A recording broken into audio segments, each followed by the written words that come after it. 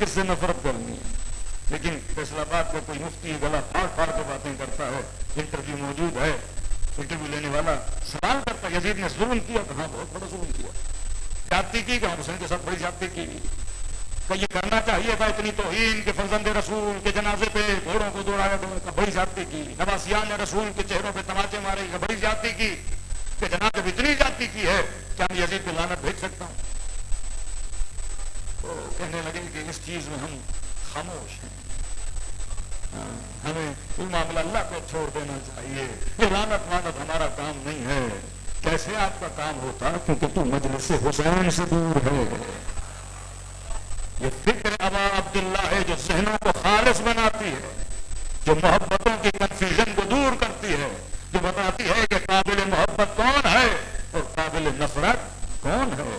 یہ فرش ادا پہ آنے والے بچے ہیں جو کنفیوز نہیں ہے کہ مولانا مارنے والا بھی جنتی, مرنے والا بھی جنتی, مارنے والا بھی رضی اللہ, مرنے والا بھی رضی اللہ. فرش ادا سکھاتا ہے کہ ظالم کو ظالم کہو, مظلوم کو مظلوم کہو. فرش ادا وجود کو خالص کرنے کا نام ہے. تو نسلیں جو ہماری فرش پہ بیٹھتی ہیں یہ فرش ان کو عرش تک لے کر چلا جاتا ہے. کیونکہ یہ کس سے جڑا ہے؟ یہ فکر ابا عبداللہ حسین سے جڑا ہے. صلوات پڑھیں محمد.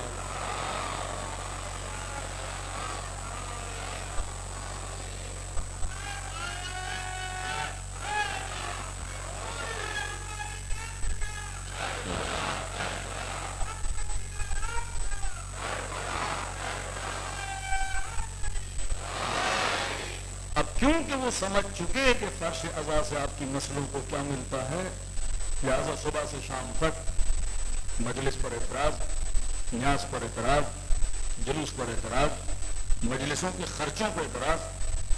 جناب آپ ایک مجلس کراتے ہو کتنا خرچہ ہو جاتا ہے؟ کسی نے کا 5 لاکھ, کسی نے کا 4 لاکھ. اشرا کرواتے ہو کتنا خرچہ ہو جاتا ہے؟ کسی نے کا 50 لاکھ, کسی نے کا 60 لاکھ.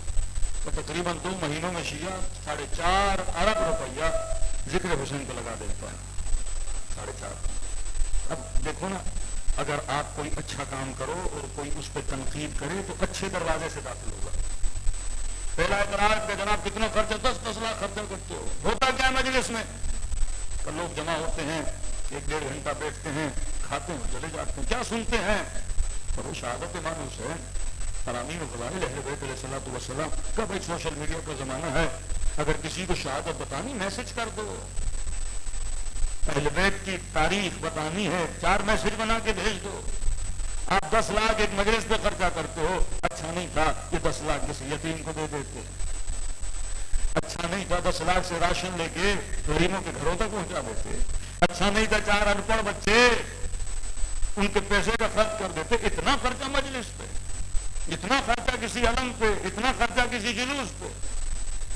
اب یہی اعتراضات حرمہائے معصومین پر بھی ہوتا تھا. اتنا سونا معصوم کے گنبد پہ, اچھا نہیں تھا یہ سونا کسی غریب کو دے دیا جائے. سارے اعتراضات ہوتے ہیں. اب بندہ جو صاحب فہم ہے وہ سوچنے کی طرح جاتا ہے کہ واقعا ایک مجلس پہ اتنا خرچہ کیوں کیا جاتا ہے؟ اچھا نہیں تھا ایک اسکول بن جائے, ایک ہاسپٹل بن جائے, چاہے غریبوں کی مدد ہو جائے. 2 سوال, اس کے 2 جواب ہیں. پہلا جواب کہ یہ سارے اعتراضات صرف حسین کی مجلس پر ہی کیوں؟ جب دوسرے عبادی کام نہیں ہے جس پہ خرچہ ہوتا ہے. مسلمان حج پہ جاتا ہے, 15 لاکھ, 16 لاکھ ایک بندہ. جناب کیا ملتا ہے آپ کو حج سے؟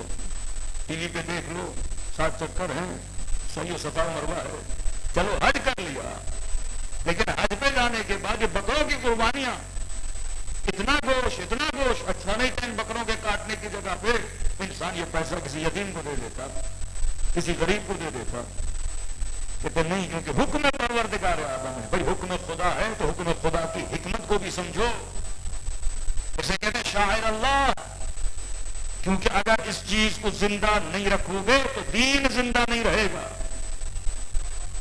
اگر عبادتوں کو زندہ نہیں رکھو گے تو نام خدا کیسے زندہ رہے گا. دوسری چیز, کیا اس پاکستان میں سنیما نہیں بنتے؟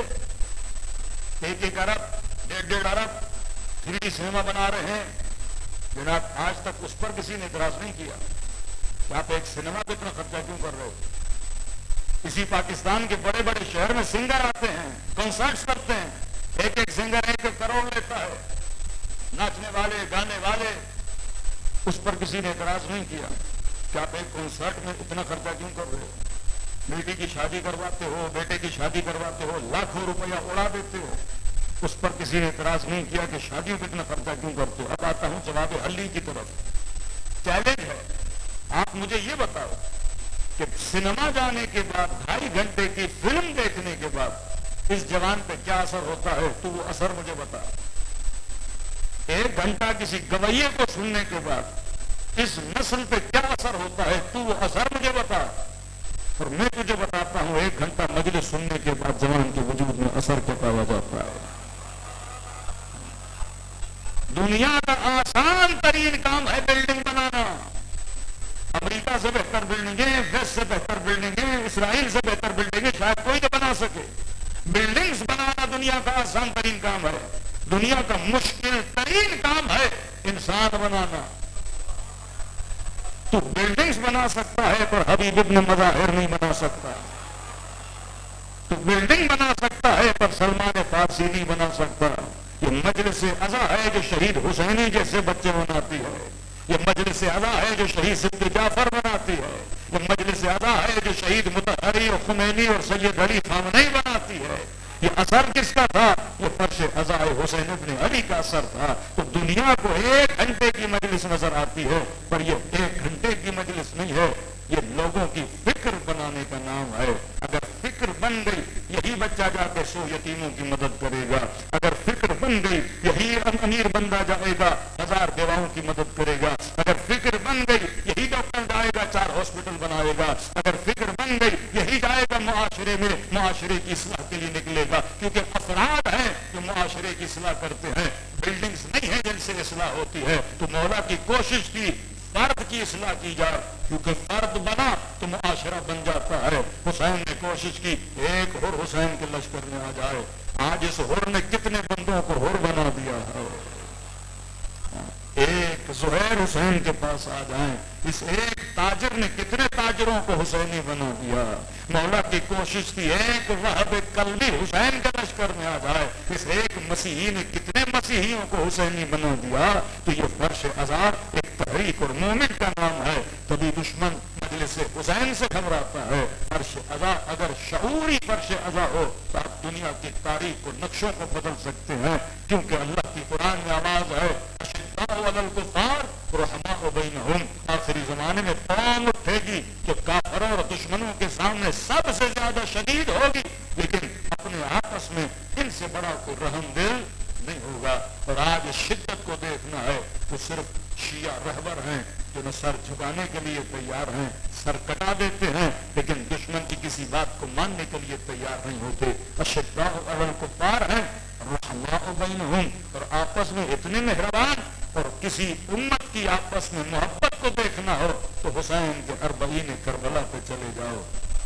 کہاں مسلمانوں کے اندر اتنی محبت کسی زمین پہ نظر آتی ہے؟ رحماء بینہم، ایک مومن دوسرے مومن کے پاؤں دبا رہا ہے، ایک مومن دوسرے کو پانی پلا رہا ہے، ایک مومن دوسرے کے لیے سونے کا بندوبست کر رہا ہے۔ یہ کہاں محبت امت میں نظر آتی ہے؟ تو حسین کی سرزمین کربلا میں نظر آتی ہے۔ کربلا مزاج کو بدلنے کا نام ہے، کربلا